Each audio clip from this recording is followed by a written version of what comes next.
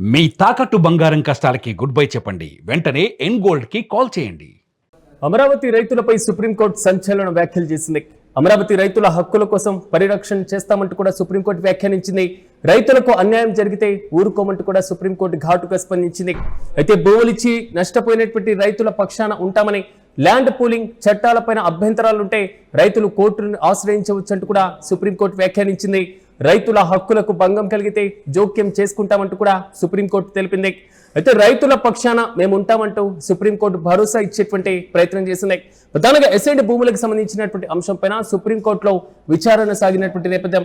Supreme court ప్రధాన న్యాయమూర్తి నేతృత్వంలో ఉన్నటువంటి ఒక త్రిసభ్య ధర్మాసనం కూడా ఈ కేసు వ్యవహారానికి సంబంధించి విచారణ చేపట్టింది. అయితే అమరావతి ప్రాంతంలో రైతులు ఇచ్చినటువంటి భూముల కోసం, రైతులకు ప్రభుత్వం ఇస్తామన్నటువంటి హామీ కోసం, రైతులకు ఇచ్చినటువంటి హక్కుల కోసం పోరాటం చేయడానికి రైతుల పక్షాన మేము ఉంటామంటూ సుప్రీంకోర్టు తాజాగా భరోసా కల్పించడం ఒకంత హర్షం వ్యక్తం చేసేటువంటి అంశంగానే భావించాలి. అయితే అమరావతి రైతుల హక్కుల కోసం మేము పూర్తి స్థాయిలో నిలబడ్డాం, మేము పరిరక్షిస్తాం, రైతులకు అభ్యంతరాలు ఉన్నా లేదా రైతులకు అన్యాయం జరిగినా మమ్మల్ని ఆశ్రయించవచ్చు అంటూ కూడా సుప్రీంకోర్టు వ్యాఖ్యానించినట్లుగా తెలుస్తున్నాయి.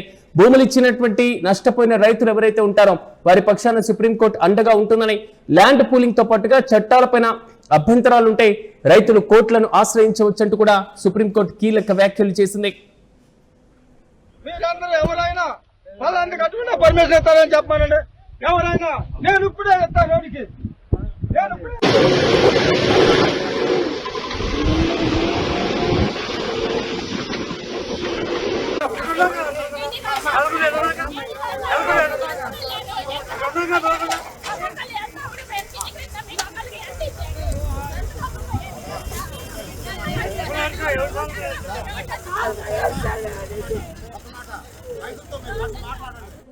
ఇక ఇదే అంశంపై మరింత సమాచారం మా ప్రతినిధి కిరణ్ అడిగి తెలుసుకుందాం. కిరణ్, చెప్పండి, ఆంధ్రప్రదేశ్ రాజధాని అమరావతి రైతులపైన సుప్రీంకోర్టు తాజాగా చేసినటువంటి వ్యాఖ్యలు మాత్రం చాలా వరకు కీలకంగా మారుతున్నాయి.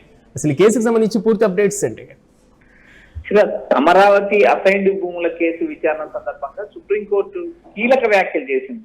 భూమినిచ్చి నష్టపోయిన రైతులకు న్యాయం జరగాల్సిందే, వారి హక్కులకు భంగం కలిగితే కోర్టు జోక్యం చేసుకుంటుందని చీఫ్ జస్టిస్ సూర్యకాంత్ నేతృత్వంలోని త్రిసభ్య ధర్మాసనం రైతులకు స్పష్టం చేసింది. ఏదంటే త్రిసభ్య ధర్మాసనం ల్యాండ్ పూలింగ్ విధానం పైన, సంబంధిత చట్టాల పైన రైతులకు అభ్యంతరాలు ఉంటే ఖచ్చితంగా సుప్రీంకోర్టును ఆశ్రయించవచ్చు.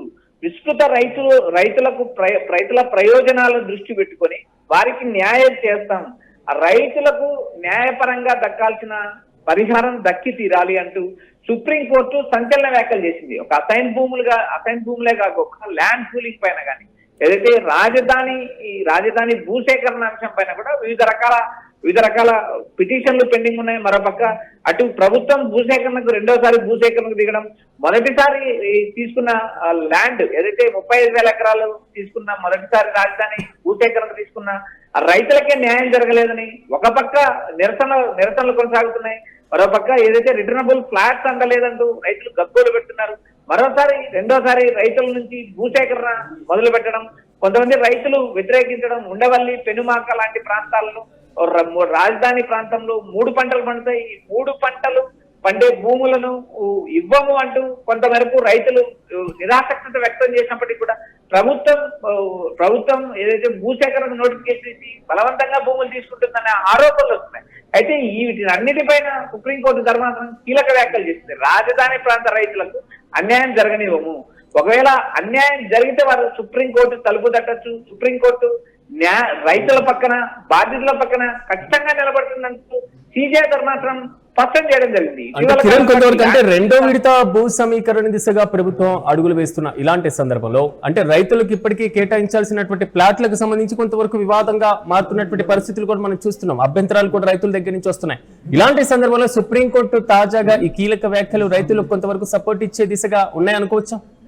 ఖచ్చితంగా అమరావతి రైతులకు సుప్రీంకోర్టు ఒక భరోసా ఇచ్చిందని కూడా మనకు స్పష్టంగా అర్థమవుతుంది కదా. అమరావతి రైతుల హక్కులను పరిరక్షిస్తాం, రైతులకు అన్యాయం జరిగితే ఊరుకోము, భూములు ఇచ్చి నష్టపోయిన రైతుల పక్షాన ఉంటామంటూ సుప్రీంకోర్టు స్పష్టం చేసింది. ల్యాండ్ పూలింగ్ చట్టాలపై అభ్యంతరాలుంటే రైతులు కోర్టులను ఆశ్రయించాలి, రైతుల హక్కులకు భంగం కలిగితే ఖచ్చితంగా జోక్యం చేసుకుంటామంటూ సుప్రీంకోర్టు ఓ క్లారిటీ ఇచ్చిన స్పష్టంగా చెబితే అయితే మొదటి భూసేకరణ ఏదైతే రాజధానికి మొదట్లో తీసుకున్న 35,000 ఎకరాల పైన కూడా అటు రైతులు ఉండవల్లి పెనుమాక లాంటి ప్రాంతాల్లో నిరసనలు వ్యక్తం చేశారు. ఇటీవల కాలంలో రాజధాని ప్రాంతం రైతులు కొంతమంది వైసీపీ అధినేత జగన్మోహన్ రెడ్డిని కలవడం, అక్కడ ల్యాండ్ పూలింగ్ జరుగుతుంది, తాము భూములు ఇవ్వకపోయినా బలవంతంగా భూసేకరణ చేస్తామంటూ వారు ఫిర్యాదు చేయడం, తర్వాత వైఎస్ఆర్సీపీ ఈ భూమికులకు సంబంధించి ఒక కమిటీని నియమించడం, ఆ కమిటీలు రాజధాని ప్రాంతంలో పర్యటించిన నేపథ్యంలో ఏవైతే టీడీపీకి సంబంధించిన నేతలు దాడి చేయడం, వీటి అన్నిటిపైన కూడా సుప్రీంకోర్టు తలుపు తట్టారు రాజధానికి సంబంధించిన రైతు.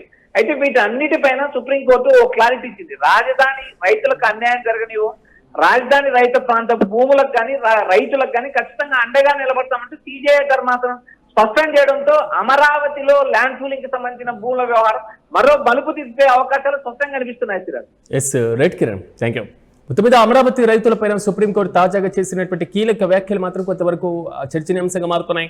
ఎందుకంటే అమరావతి రైతుల హక్కులకు పరిరక్షిస్తామంటూ సుప్రీంకోర్టు చెబుతూనే ఎసెంట్ భూములకు సంబంధించినటువంటి ఒక కేసు విచారణ సందర్భంగా సుప్రీంకోర్టులో ఈ కీలకమైనటువంటి పరంపర సాగింది. అయితే రైతులకు అన్యాయం జరిగితే ఊరుకోమంటూ సుప్రీంకోర్టు వ్యాఖ్యానించడం, భూములు ఇచ్చి నష్టపోయినటువంటి రైతులకు పక్షానగా మేము ఉంటామని చెప్పడం, మరోవైపు ల్యాండ్ పూలింగ్ అంశమైన లేదా చట్టాలపైన అభ్యంతరాలు ఉంటే వెంటనే తెలియజేయాలంటూ సుప్రీంకోర్టు తాజాగా చేసినటువంటి అంశమైన అయితే కోర్టులను రైతులు ఆశ్రయించవచ్చు అనేటువంటి రీతిలో సుప్రీంకోర్టు కీలక వ్యాఖ్యలు చేసింది. రైతుల హక్కులకు భంగం కలిగితే జోక్యం చేసుకుంటామంటూ సుప్రీంకోర్టు చెప్పినటువంటి విధానంతో రెండో దశ భూ సమీకరణ దిశగా ప్రభుత్వం అడుగులు వేయడం, ఇప్పుడున్నటువంటి పరంపరను వేగవంతం చేయడం, ఈ మొత్తం అంశాలు గమనించిన తర్వాత అమరావతి రైతులకు సంబంధించి సుప్రీంకోర్టు ఇచ్చినటువంటి భరోసా ఒక కీలకమైనటువంటి అడుగుగాని భావించాలి.